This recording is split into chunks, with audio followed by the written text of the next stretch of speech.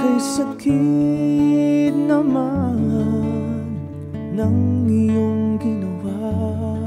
Diba? Like, I can sing and then try to incorporate being funny. Why not? Diba? Kasi yun pala gusto ng mga tao eh. Let's go. So, pero kung yung mindset mo, ano ba naman yan? Comedy. Mas maganda naman yung talent. Mas may effort kami dito. Pinaghirapan ko to. Talo ka. Kasi It is not really luck. Kasi the universe is really giving. So kung gusto mo siya, makukuha mo siya. Yes. The question is, are you actually trying to get that? Oh, this is getting interesting. Oo, no. Kanina na Dati, kailangan medyo alam ng tao na nag-prepare ka talaga para panoorin nila yung video mo or ma-appreciate nila. And that was back then. Pero ngayon, the more na makaka-relate sa yung tao na, oh, it could be me. That could be me. Yes. The more nila, yan pala. Yung gusto kong, the more nila papanoorin. Yes. That's the magic right there.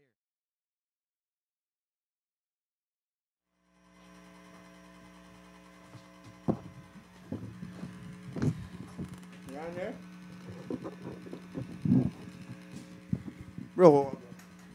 Thank you. Neffy in the house, brother. Thank you so much. Thank you. Dito magkapag-shake hands kasi. Paano ba? Cheers na lang ng pizza. Cheers, pizza. Thank you for coming, bro. Thank you, bro. Maraming salamat. Okay lang ba mag-usap tayo saglit? Pwede, bro. Alam ko marami ka appointments eh. So, maraming salamat. Before anything else, kakainin ko muna. Yes. Woo! Sarap. Kanto sessions tayo Kanto sessions. May beer sana eh. Wala eh. Sayang. Soft drinks na lang mamaya. Ikaw sana yung magtatanggero. So, Neffy, kumusta? Ayos naman, brother. Okay naman. May mga gusto lang kong pag-usapan. Gusto kong malaman, ano yung impact ng social media sa singing career mo? Actually, to be honest, wala pa akong na-release pa na single or song ko. Pero I'm planning actually next week na kami mag-recording. Pero for now, yung pagkanta-kanta ko, and then syempre may mga nag-show din kami. And may impact siya, malaking impact kasi mas maraming na-reach namin ng mga na tao na potential na maging client namin for an event. So, malaki ang role ng social media. Not only for me, for sure, makapag-testify ang mga artist na din dyan na gustong mag-show din sa kung saan-saan. And even reach out to producers. And nakikita din sila ng mga tao kung gaano sila kagaling or ano yung potential ng boses nila or ng talent nila. So, it really has a big impact sa akin personally. And of course, we can see sa ibang tao. Yes, exactly. You mentioned single, di ba? Is this going to be your first single? It is. Di ba nasabi mo kanina nung pag-usapan natin na may mga kanta ka ng nasulat tapos hindi mo lang talaga na-release. Bakit naman? Siguro, I was aware na kahit nung nagsusulat ako, I was aware na hindi pa siya potentially for the market. You know, I already have that awareness na. So sabi ko, I'll just keep these songs na sinulat ko. Yes. And then eventually siguro pwede siyang improve as I mature. And eventually ganun ang nangyari. So may mga songs ako na revise ko na yung mga lyrics kasi different phase ng buhay natin, iba yung pananaw natin sa buhay. Ngayon, officially first single mo na talaga to. First single na talaga to. And, Anong title? Ang title ay Kay Sakit Naman. Kay Sakit Naman. Bakit Kay Sakit Naman? Heartbreak song.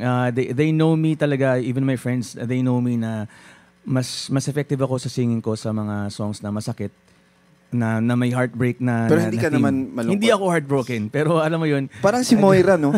Kasi si Moira, di ba yung mga songs na she started singing, writing sad songs, yes. di ba? You would think na yung buhay niya, no? Oo, na miserable siguro to si Moira. Ako nga pag nagka-cover, kaka-cover ako ng sad songs. Pero masaya naman ako. Yes. Pero parang, doon din ako eh. Parang doon din yung parang forte ko na gusto ko talagang, parang doon ako nabubuhay sa sad songs. That's the exciting part ng art na to. Kasi it's like we're also actors eh.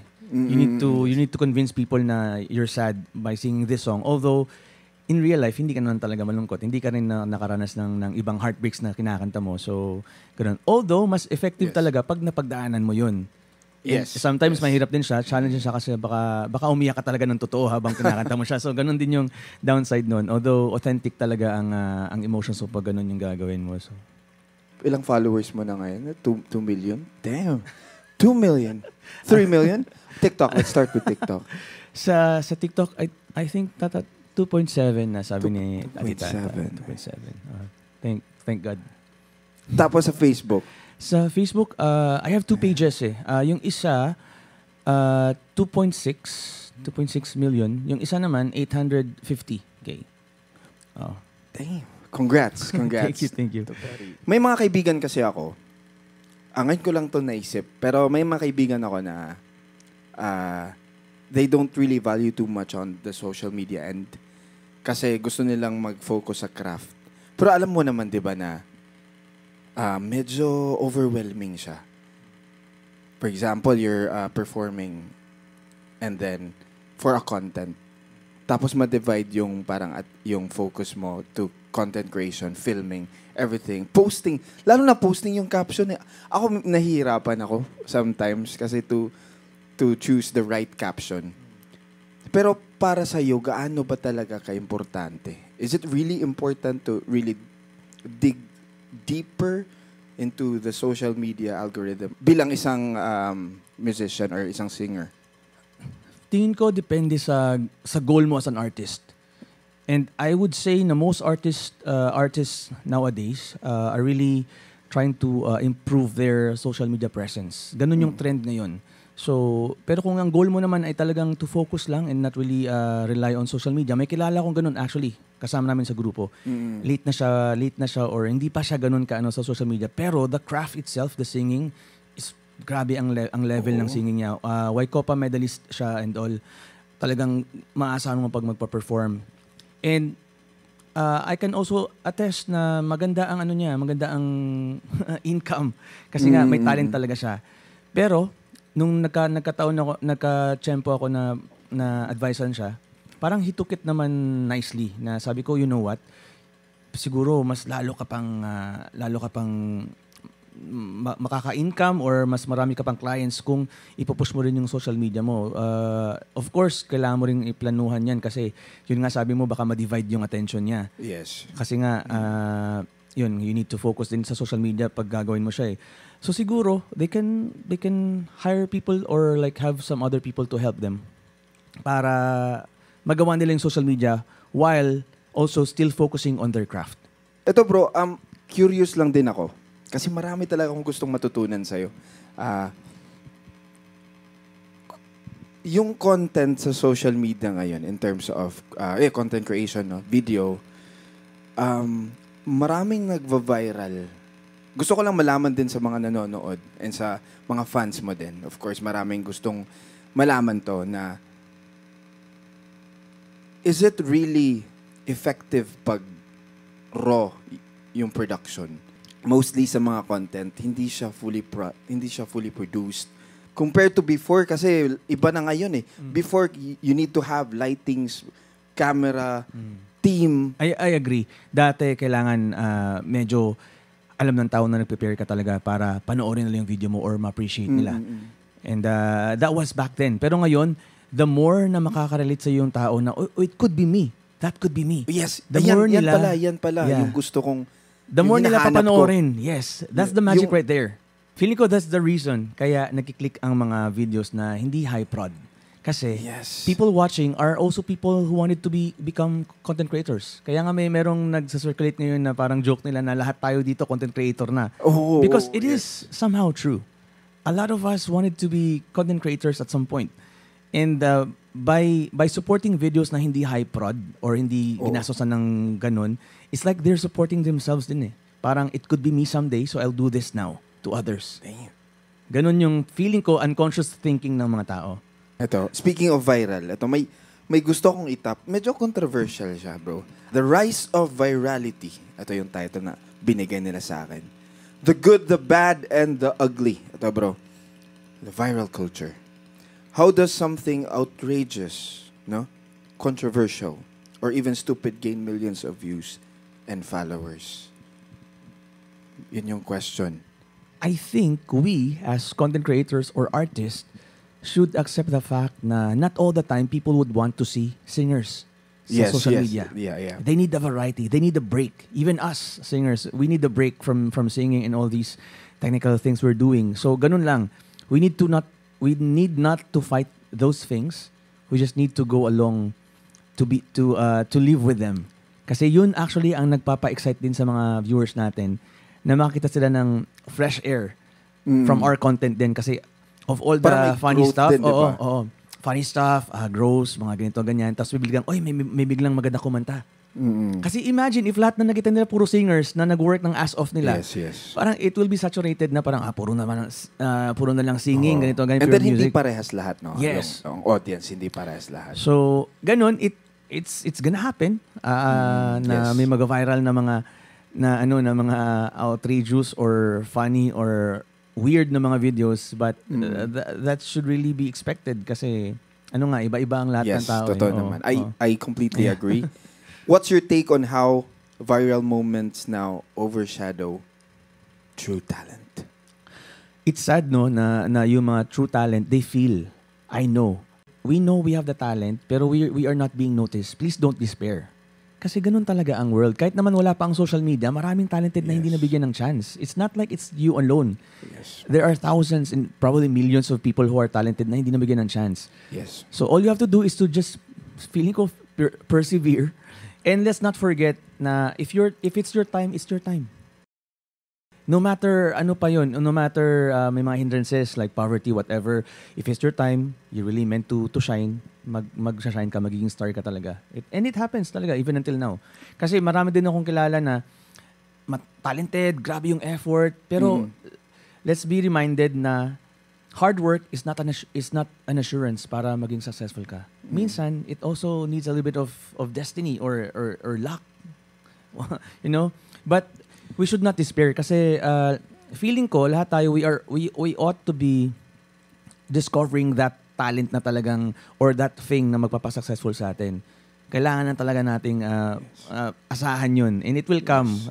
Mag-manifest. It will talaga. Manifest diba? lang. Manifest Pero lang. eto bro, since you mentioned luck, is it really luck?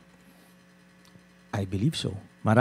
Kaya nga maraming nagka-question na si ganito. Actually, mas magaling pa sa kanya si ganito, mas maganda pa. But swerte naman but she's niya, there. parang ganun. Yeah, but she's there because it's her time.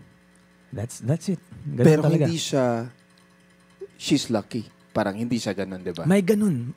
Others could call it lucky. Others could call it like she was meant to be like that. So, depende kung sino ang titingin. Yeah, depende From na an sa envious tao. point of view, sasabihin, kung ang lucky sa kanila is a negative thing, they would say lucky. Lucky lang siya. Pero from somebody siguro na they see everyone na may chance talaga to excel in life, they will say na, it was her time. Mine will come as well. Ganon. So, Yes. iba-iba. Kada tao, Yes. iba-iba ng Iba-iba. perspective. Pero for me, my perspective about luck, bro, is it is not really luck. Kasi the universe is really giving. So kung gusto mo siya, makukuha mo siya. Yes. The question is, are you actually trying to get that? Yes. Or Well, is sinubukan ko naman. Sinubukan Oo. ko. No, hindi mo sinubukan kasi hindi mo siya naabot. pwede din sinubukan Di ba, mo, parang pero ganun, di ba? iba ang tinahak mo na way. It Di could ba? be the wrong way. I think it's all about the mind, how Totoo. you set your mind, di ba? But yan yung mindset ko na yung about luck. Hindi ako Oo. medyo hindi ako naniwala sa luck kasi Yeah. ikaw yung nagbibigay ng luck sa buhay, Correct. sa sarili mo. So, Exactly my point earlier. I- Iba-iba ng tao, iba-iba ng mindset. Oh, this is getting interesting. Oo, no. Kanina na-overwhelm ako, sir. I feel like I'm a 60-year-old man, a very full of wisdom na Oo. pag-usap natin. Social media, ito may related din to kanina. Social media rewards attention, not always talent. How do we as musicians feel about that? Parang na-answer mo na kanina. Yeah, baka pero I may- can add some more. You can actually go with the flow if Go with you the want flow. to. Yeah. Yeah. Kasi we can't stop people from appreciating other things aside from music and talent. People could also appreciate other forms of art Mm-mm. or funny videos or whatever. Pero if you think na if yung mindset mo kagad is parang, oh, they're getting more attention than me, that's parang negative sa'yo. Yes, yes. Parang I don't think that's the right mindset. Ang dapat doon is, how could I be like them but still doing my thing? Yes, positive. Diba? Like, I can Mindset. sing and then try to incorporate being funny. Why not? Diba? Kasi yun pala gusto ng mga tao eh. O, edi, let's go. So, pero kung yung mindset mo, ano ba naman yan? Comedy. Mas maganda naman yung talent, mas may effort kami dito, pinaghirapan ko to. Talo ka. Kasi magmumukha ka dyan, wala ka nang gagawin. Yeah, go with the flow. Yeah. Ganun talaga ang buhay. Eto bro, the downsides of social media for musicians, burnout, stress, and chasing validation over authenticity. What can you say about that? It happens to everyone, not only to musicians. So, don't feel na the universe is against you. So, burnout also happens to people doing content not only for music. So, if we try to find solutions to that, marami sa internet, may mga libro pa nga paano ma-fight yung burnout. So, relax. Find time to relax. Or, if you're very competitive na hindi mo kaya mag-relax, try to incorporate relaxation sa ginagawa mo. Kasi nga sabi nila, pag ini-enjoy mo yung ginagawa mo, you don't feel like you're working. Yes. So, ganun lang. Incorporate. Don't try to find enemies. Instead, like sabi nga nila, if you can't... network. Yes, network. And if you cannot beat them, join them. Parang ganun. So, ganun lang. Wow. And I want to touch on the authenticity part. Sa authenticity, you can still keep your authentic self and then go with what's trending, you know? You can be creative. Doon lalabas ang creative juices mo. Kasi we need to have a reference, di ba? Yes. Kailangan tayong sumakay sa alon. Ito na yung blueprint sa harap mo. Blueprint na to. Ito yung trending ngayon. Anong gagawin mo? Once na nandun ka na sa top, you can create waves na. Tama. Di ba? Parang ganun. Kaya there's this certain respect sa mga content creators, no matter or mga musicians na nakakapasok sa mundo ng content creation kasi gumana yung creative juices nila. Paano ma-incorporate yung music ko sa ganitong bagay na magte-trend din ako. Marami. I can cite some examples right now. Like, funny at the same time, napapakita ang talent. There's this guy, I don't want to mention his name kasi baka wala akong permission eh. Pero he's singing and then puputulin ng other guy kasi sintonado yung other guy. It has been working so far. Wow. Viral yung mga videos niya. Ang ganda ng boses niya, na-appreciate ng mga tao. Tapos, people will comment, yung isa kasi pumasok, ayun, sintonado, hindi tuloy natapos yung song. It really worked. So, nakuha niya yung audience na doon. And it was really creative. Creative siya madami pa nun. For example, you're Yes. promoting your song, madami dyan. So, daming ideas. Marami na. Meron din si Tanya Alob, I'd like to say a shoutout. Tanya Alob has been doing extra sa mga videos niya in her singing. And I must say, maganda talaga boses niya. Pero siguro for a time, hindi siya napapansin. Ngayon, napapansin siya. Alam mo bakit? Umaakyat siya ng puno, kumakanta. Ang dami ginagawa. Oo, nasa dagat. Parang I think you saw one of the videos of Tanya Alob, for sure. Nag-viral siya palagi. Even, parang nakita ko yan. Kumakanta siya sa puno. Yes. See? Diba? And you cannot tell them na hindi maganda voice nila. It's just that sabihin ng iba na umakyat siya sa puno kaya nag-viral. No, magaling talaga siya kumanta. And then, because maraming magaling kumanta, she did something different. Yes. Para mapansin. Playing the game. Yeah, that's exactly how it is to play the game. Ngayon. Yes. Wow, dami ko na natutunan. Sir, thank you, Nephi. Thank you so much din. Eto, speaking of viral. So eto, hacking the algorithm. Ako mismo, gusto kong matutunan to. Curious din ako kasi I have a lot of things to learn from artists like you. Breaking through the internet. Eto, the first question here is, what does it really take to break through online? Ano may mga nasagot ka na kanina, but ito, if you can give me just a very short answer lang to sum everything. Sige. Let me just say first, it's a hard question kasi it's a different formula for each creator. Yes. So, siguro what I can advise is a generic one, pero try to keep your presence consistent. And you can interpret that in many ways. You can post as often as like every hour or once a day. Depende pa rin sa audience mo eh. Depende sa kung sinong nag-follow sa'yo, gaano sila ka-hungry sa content mo. So sa case ko, I found na they're interested like any time of the day. Kasi probably siguro while they're in the bathroom or like while they're cooking, they want to watch something like my content. Pero how do you engage? Kasi alam ko, marami ka talagang mga comments and millions of views and likes. Paano ka nag-engage sa followers? Sa followers na let's say nagko-comments. Mga dun. Sige.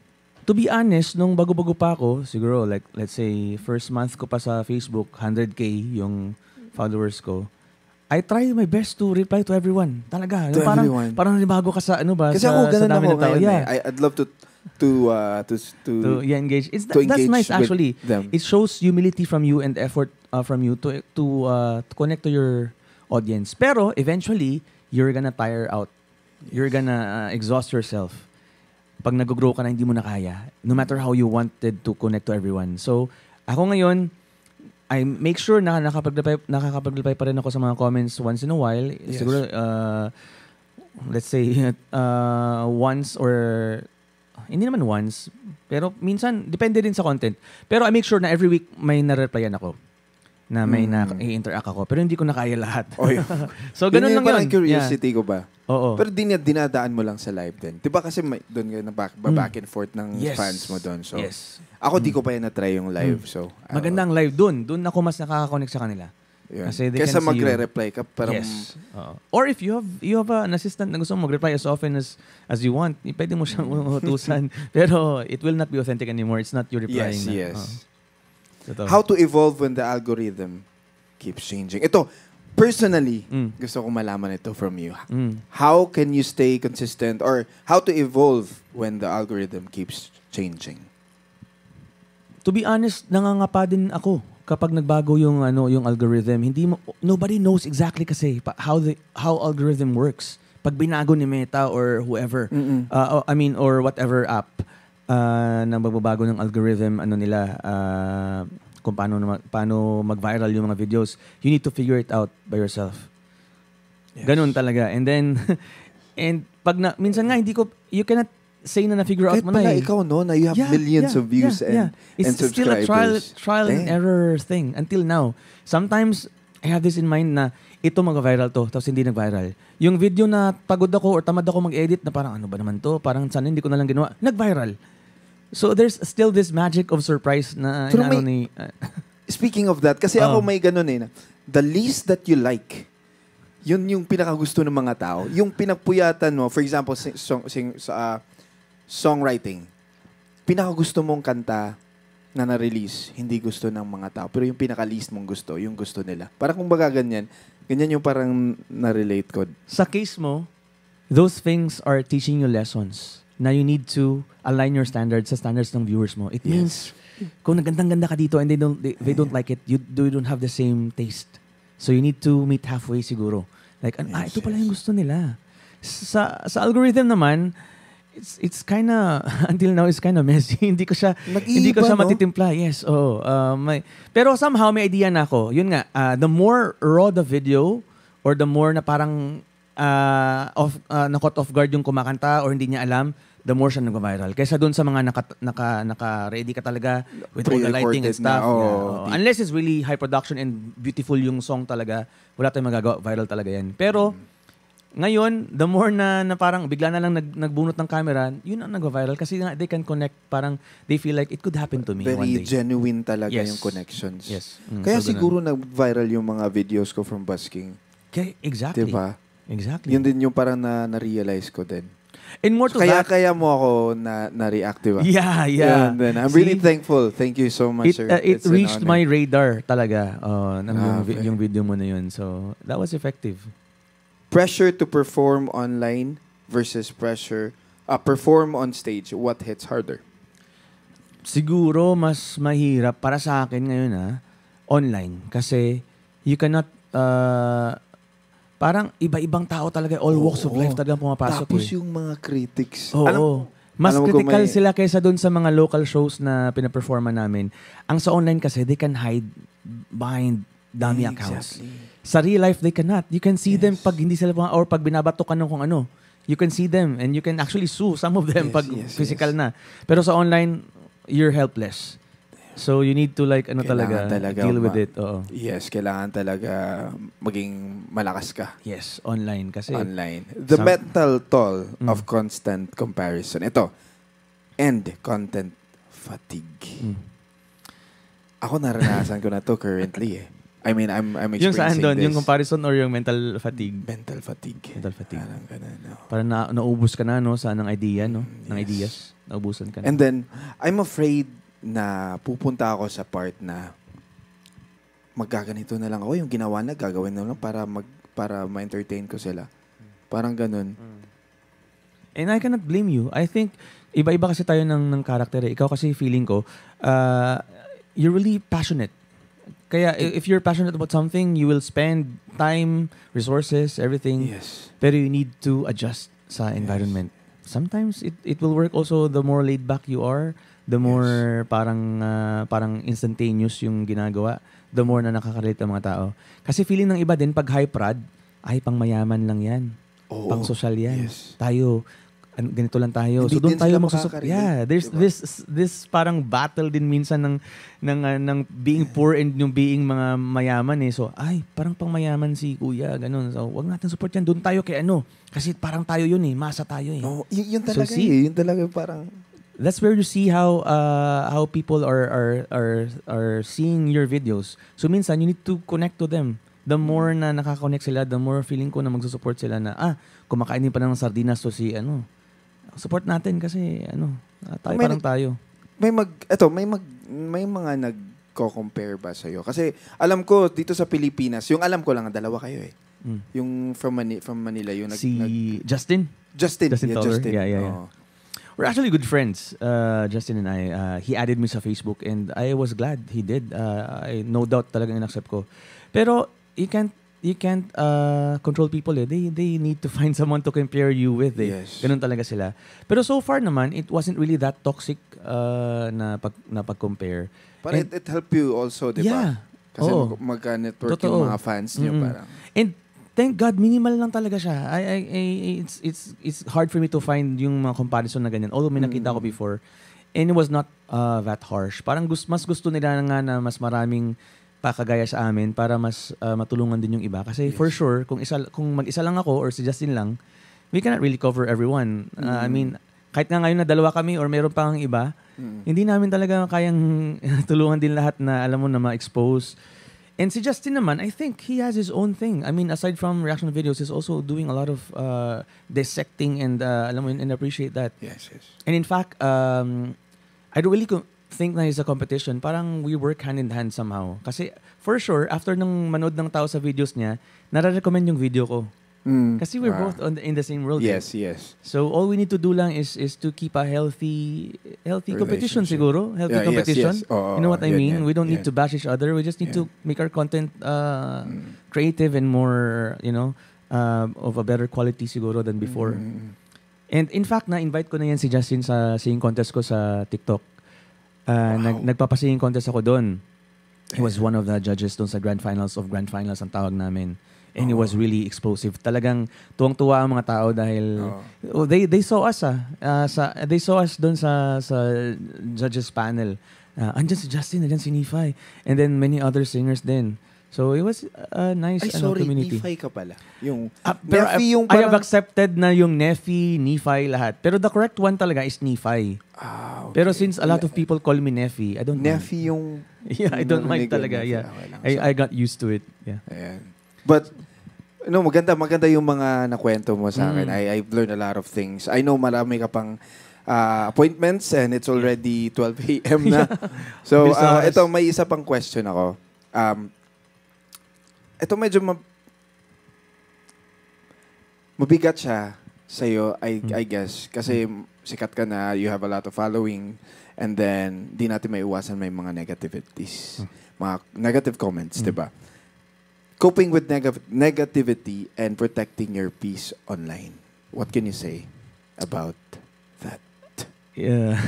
Siguro, I would answer that by saying na yung personality ko kasi hindi ako parang pag may nangkanti sa akin, I would find a way to get back at that person in a way na hindi magbumirang din sa akin. So sometimes para killing ako with kindness parang more than that actually, hindi lang kindness. Minsan I'm actually, hindi rin siya advisable sa iba pero it's been working sa akin kasi people are afraid na rin to do it sa akin na ganun kasi they saw me already retaliate eh. So, ang ginagawa ko, pinupost ko din sila. Pero I try to cover their names and alam mo yun. And then, try to be witty sa reply ko na alam mo yun, kunwari, hindi maganda boses mo.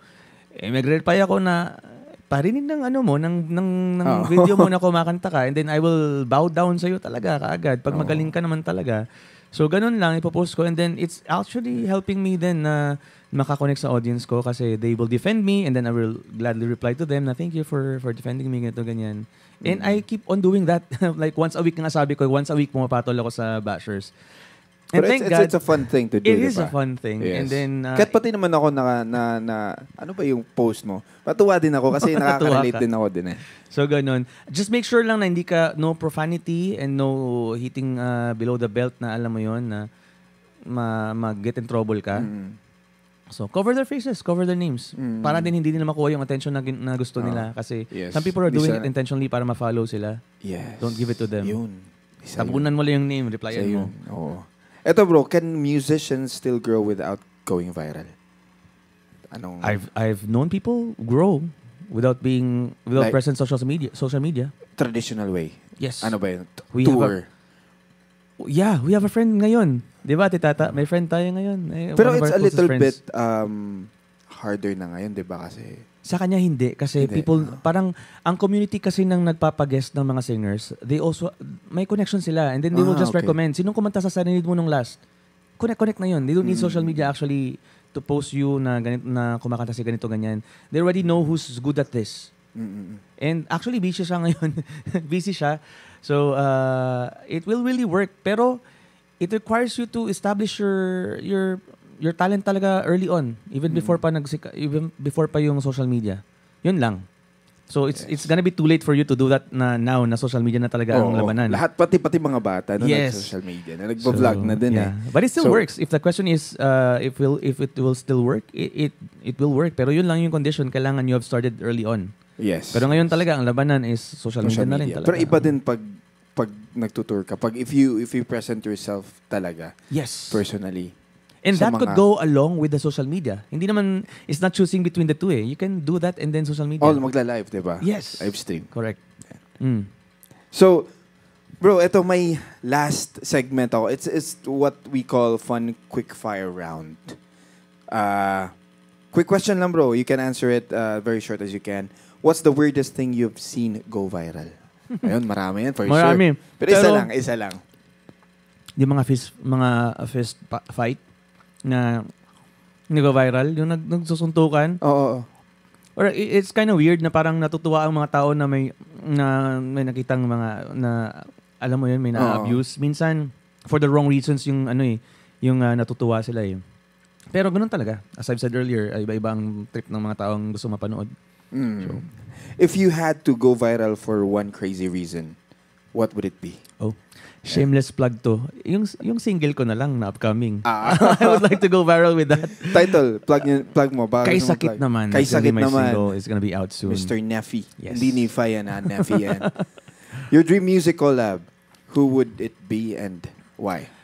I would love to sing with an OG. For example, Gary V is really one of my idols. It would be such an honor to sing with them. Ginagaya ko yung boses niya before. I do as well. Ikaw din? Ako din. Even sa live ko ngayon. Even sa live ko. Yeah. Ano? Oh, dang. Natutulog ba ang Diyos? War is a Child. Take Me Out of the Dark. Yes. Ganon. And sometimes I sing songs na hindi sa kanya pero ginagamit ko yung voice niya. Natutuwa yung audience. Oh. And it would be such an honor to sing with him. Yeah, very iconic. Walang kapareha. Yeah. Gary V to. Yes, diba? Gary V to. It's very... ito. Social media platform of choice for promoting music, and why? I'd say TikTok is the fastest way to reach more people ngayon. Second yung Facebook. But if YouTube works for you, good for you. Kasi sa akin ngayon, di kasi masyadong pa-post sa YouTube eh. So, TikTok would be my choice. TikTok, okay. If we could delete an app right now, what would it be? Huy! TikTok. Delete? Hindi. I'd say, because hindi na ako active doon, I used to post quotes doon very often sa X. Twitter before. Before. So, ako din wala delete na. Na lang, hindi ko na ginagamit. Wala na. So, hindi ka na active talaga. Tagal ko na hindi nagpo-post doon.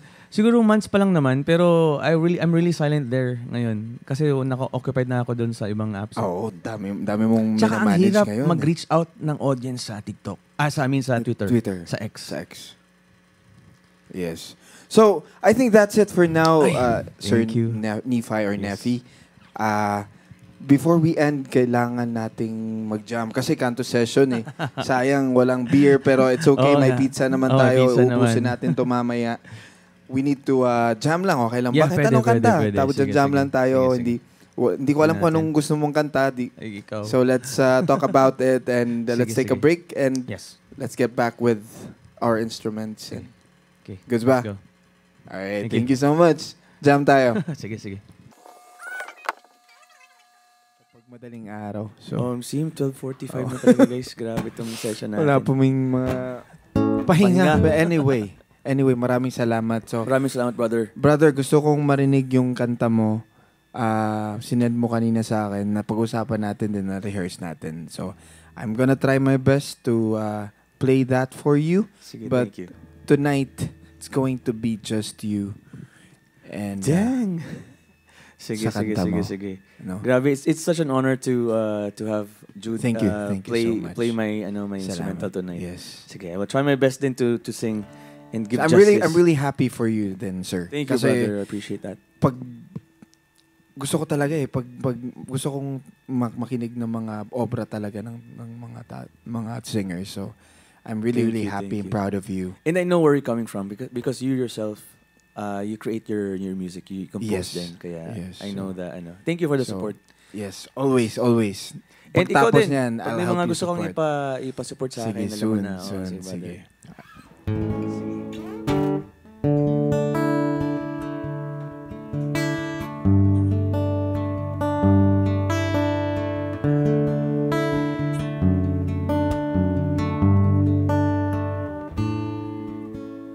Nang sinabi mo ang iyong nararamdaman o anong lungkot nang nadarama nang makita ka may kasamang iba dumilim ang buhay ko nasaktan ng puso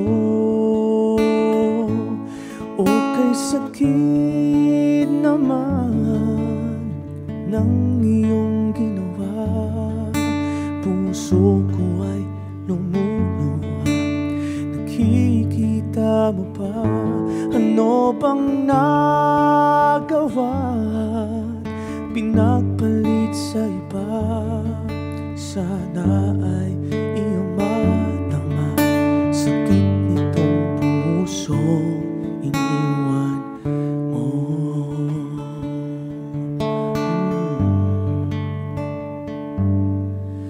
Giliw ako ngayon ay nagdurusa larawan mong nakikita kahit saan magpunta at lagi ngayon ay natutulala pilit ko mang limutin ka hindi ko magawa o kay sakit naman ng iyong ginawa puso ko ay lumuluha nakikita mo ba ano bang nagawa pinagpalit sa iba sana ay iyong madama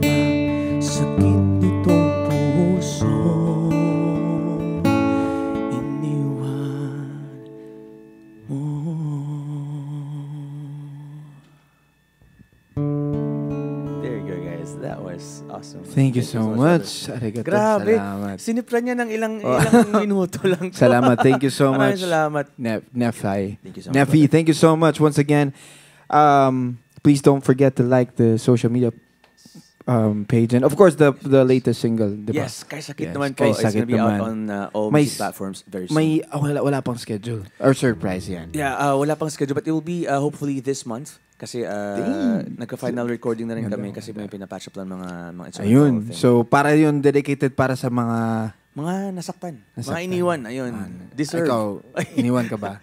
Hindi pa naman. Hindi pa naman. So, pero para sa kanila lang. Yeah, para sa kanila. Alright. So, once again, thank you so much for listening, watching our Canto Sessions podcast. And, of course, would like to big thanks to Jim and Jeran from Think Studio, Think Lab Studios. Thinking Lab. Sa'yo yeah, diba? Thinking Lab. Think Lab Studios. Think Lab Studios. Maraming salamat. Of course, to the people that are involved in this project. Maraming salamat. My name is Jude Pastor. Of course, Nephi or Nefi. Maraming salamat, guys. See you guys soon. Ano bang